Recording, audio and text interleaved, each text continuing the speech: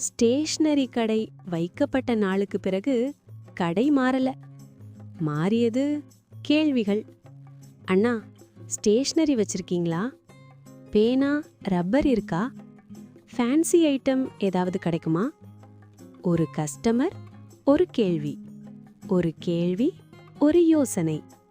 சிலதுக்கு இருக்குன்னு பதில், சிலதுக்கு இல்லைன்னு சொல்லும் தருணம். ஆனா ஒவ்வொரு இல்லைக்கும் அவன் மனசு ஒரு நொடி நின்றுச்சு. ஒரு அம்மா சொன்னாங்க, அண்ணா, இதுக்கெல்லாம் ஒவ்வொரு கடையா போறது ரொம்ப கஷ்டம். அவங்க போனதும் அவன் நின்னான், அவங்களோட அந்த ஒரே வாக்கியத்தோட. மாலை நேரம், கடை சும்மா ஆனதும் ஷட்டருக்கு முன்னாடி நின்னான் அவன்.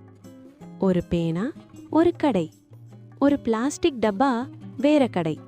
ஒரு சின்ன வீட்டு சாமானுக்கு மூன்றாவது கடை. இதெல்லாம் ஒரே இடத்துல கிடைச்சா கஸ்டமருக்கு மகிழ்ச்சி, நமக்கு நேரம் சேமிப்பு, வியாபாரத்துக்கு பெருக்கம். அவன் அந்த யோசனைய உடனே செயலாக்கல. பணம் மட்டும் காரணமில்ல, பயம், அனுபவம், மெதுவான இயல்பு.